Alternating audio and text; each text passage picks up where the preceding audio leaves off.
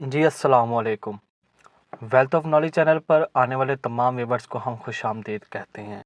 तो व्यूवर्स, आज मैं आप लोगों के लिए लेकर आया हूं एक बहुत ही खूबसूरत वाक़या, जिसका अनवान मैंने नबी पाक और 100 ऊँट रखा है। इस वाक़े की आज मंजरकशी करने जा रहा हूं। वीडियो शुरू करने से पहले आप लोगों से एक रिक्वेस्ट है कि हमारे चैनल को सब्सक्राइब कर लें, बेल आइकन को क्लिक कर लें ताकि हमारी हर आने वाली वीडियो आप लोगों तक पहले पहुंच सके। वीडियो अच्छी लगे तो लाइक कीजिएगा, शेयर कीजिएगा। आपने कभी देखा है कि जब हम खाना खा रहे होते हैं तो दस्तरख्वां पर छोटे छोटे रेज़े गिरते हैं। बस अल्लाह रिज़्क अहले बैत को देता है और सारी दुनिया उनके गिरे हुए रेज़े खाती है। नबी पाक सल्लल्लाहु अलैहि वसल्लम ने एक मुबल्लिग को भेजा किसी को मुसलमान करने के लिए, तो उसने जाकर इस्लाम की तबलीग की। इन्होंने तो जब सारा गांव मुसलमान हो गया तो वो वापस रसूल के पास आया। नबी सल्लल्लाहु अलैहि वसल्लम ने खुश होकर इस मुबल्लिग से कहा, मैं तुम्हें 100 ऊँट इनाम में दूंगा।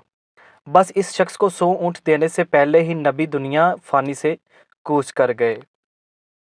वो शख्स दौरे खलीफा के पास आया और आकर कहा कि मुझसे नबी सल्लल्लाहु अलैहि वसल्लम ने 100 ऊँट देने का वादा किया था।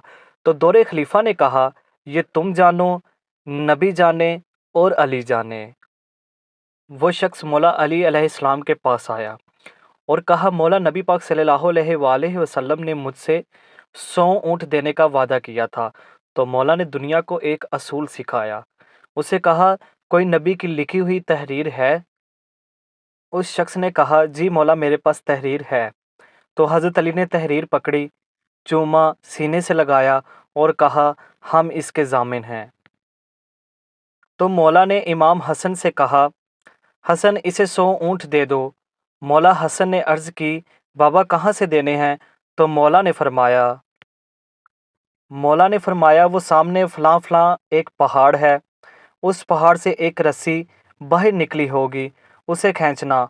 इमाम हसन ने ऐसा ही किया, वो रस्सी खींची। जैसे जैसे इमाम रस्सी खींच रहे थे, पहाड़ खुलता गया और एक कितार में 100 ऊँट पहाड़ से बाहर निकले। और सिर्फ ऊँट ही नहीं बल्कि हर ऊँट पर सामान भी लदा हुआ था। वो सारे ऊँट उस शख्स को दिए। बस जो इंसान की सोच से बढ़कर अता कर दे वही सखी होते हैं, और सारी दुनिया इन्हीं का सदका खा रही है। मैं तो हर दफ़ा यही कहता हूँ कि अगर सारी दुनिया के दरिया स्याही बन जाएं और सब दरख्त कलम बन जाएं तो भी इनके फ़ज़ाइल बयान नहीं हो सकते। बड़े शौक़ से सुन रहा था ज़माना, हम भी थक गए दास्तां कहते कहते। पाकिस्तान जिंदाबाद।